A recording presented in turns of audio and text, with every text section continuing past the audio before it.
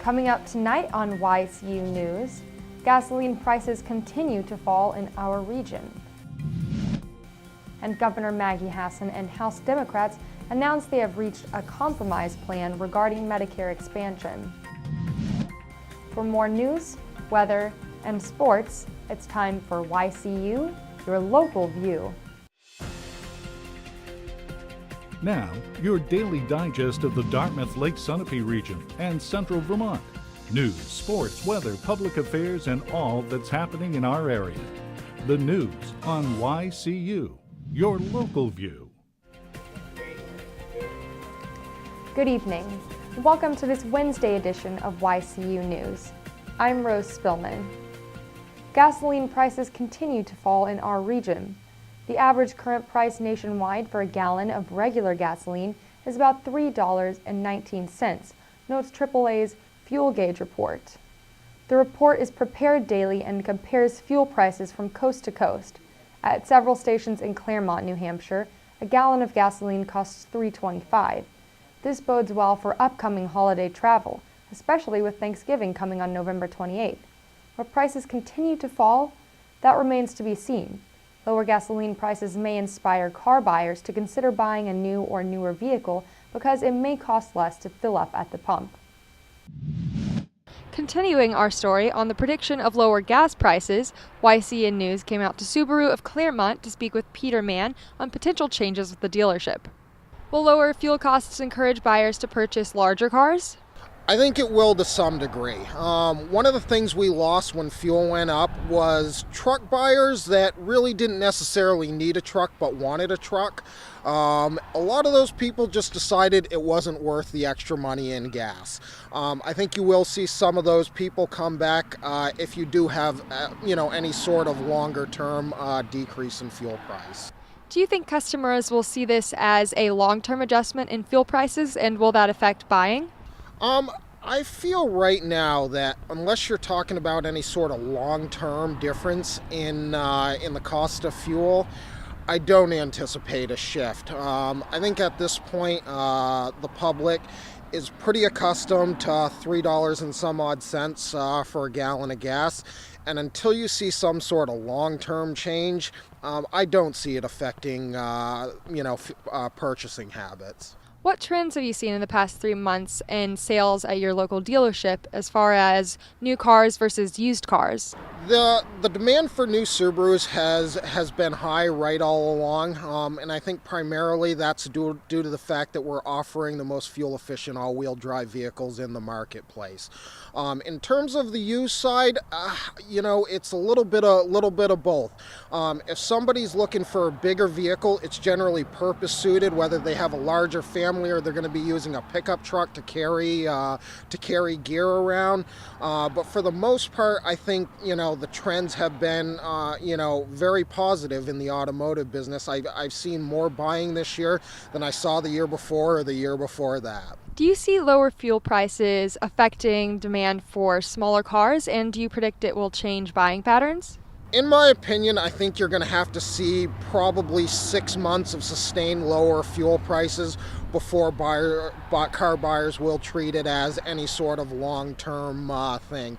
I think people are just really accustomed to paying $3.50-ish a gallon, and until they see something long-term over 6 months, I don't think buying habits are going to change as a result. New Hampshire legislators are continuing to meet in special this and next week. The topic at hand to discuss if the state should expand its Medicaid coverage so that more New Hampshire residents can afford health care insurance. Today, 2 things of note are developing regarding that debate. First, the state's Business and Industry Association has come on board supporting Medicaid expansion. The BIA supports this expansion, as explained in a New Hampshire Business Review article. In the article, BIA President Jim Roche says the cost of health insurance for employees weighs heavily on a company's budget planning. Even so, it is better for workers to have health insurance and be able to better physically care for themselves. This improves the business health for the state as a whole. The BIA voted as a group on Tuesday to support Medicaid expansion. Meanwhile, in Concord today, Governor Maggie Hassan and House Democrats announced they have reached a compromise plan regarding Medicare expansion.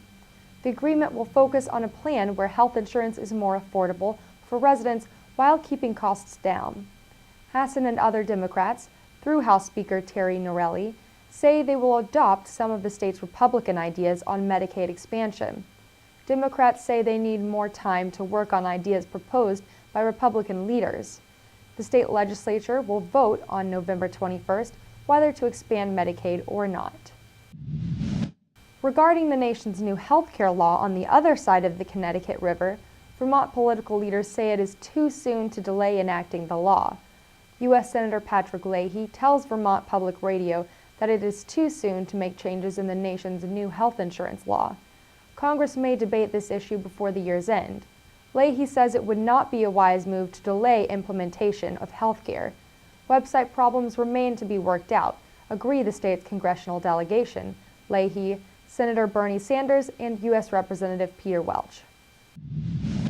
What began as a jackknifed tractor-trailer accident Tuesday morning on I-89 in Grantham ended with another serious car crash caused by a rubbernecking motorist. New Hampshire State Police already were on the scene at 8 a.m. to help with the truck crash. The northbound truck slipped on a slick and icy road.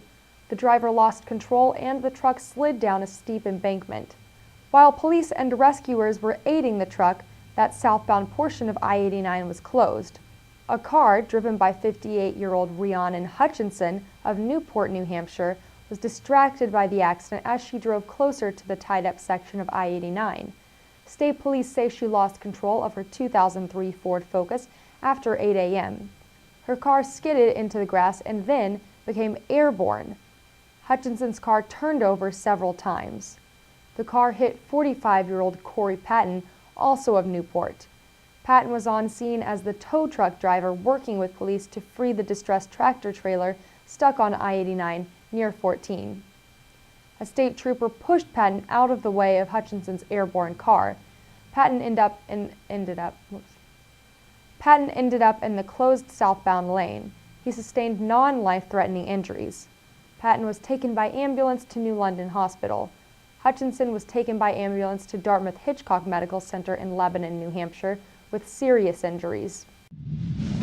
Now Matt McDonald will have a look at our weather for the next 5 days, and he'll take a look at local high school sports. Thanks, Rose. Tomorrow we'll have a high of 46 degrees with lows in the 20s. Friday we'll have highs in the upper 40s with a low of 28 degrees. Saturday we'll have a high of around 51 with lows in the upper 20s. Sunday's highs and lows will stay in the 40s, and Monday will bring a few showers with highs up to 56 degrees. If you're a comic book fan, head over to the Montshire Museum of Science this Saturday for the Miniature Comics Workshop and book signing with artist John Chad from 2 to 3 p.m. And now it's time for a look at some more tournament games featuring our local high schools. This Saturday, the Stevens Cardinals football team will host Epping Newmarket in the state semifinals. Here are some stats on common opponents for this Saturday's game. Stephen and Epping Newmarket had 4 common opponents during the season. Stevens won against Farmington Newt 42-6, as well as Epping Newmarket, who beat them 20-0. Stevens defeated Raymond 34-6, and Epping Newmarket defeated Raymond 20-12. Stevens won against Somersworth 31-25, while Epping Newmarket lost to them 7-39. Both teams lost to Campbell, with Stevens losing 20-21 and Epping Newmarket losing 20-53. The game is Saturday at 1 p.m. at Barnes Park in Claremont. Come out and support the local team. I'm Rose Spillman for YCU, your local view. Good night.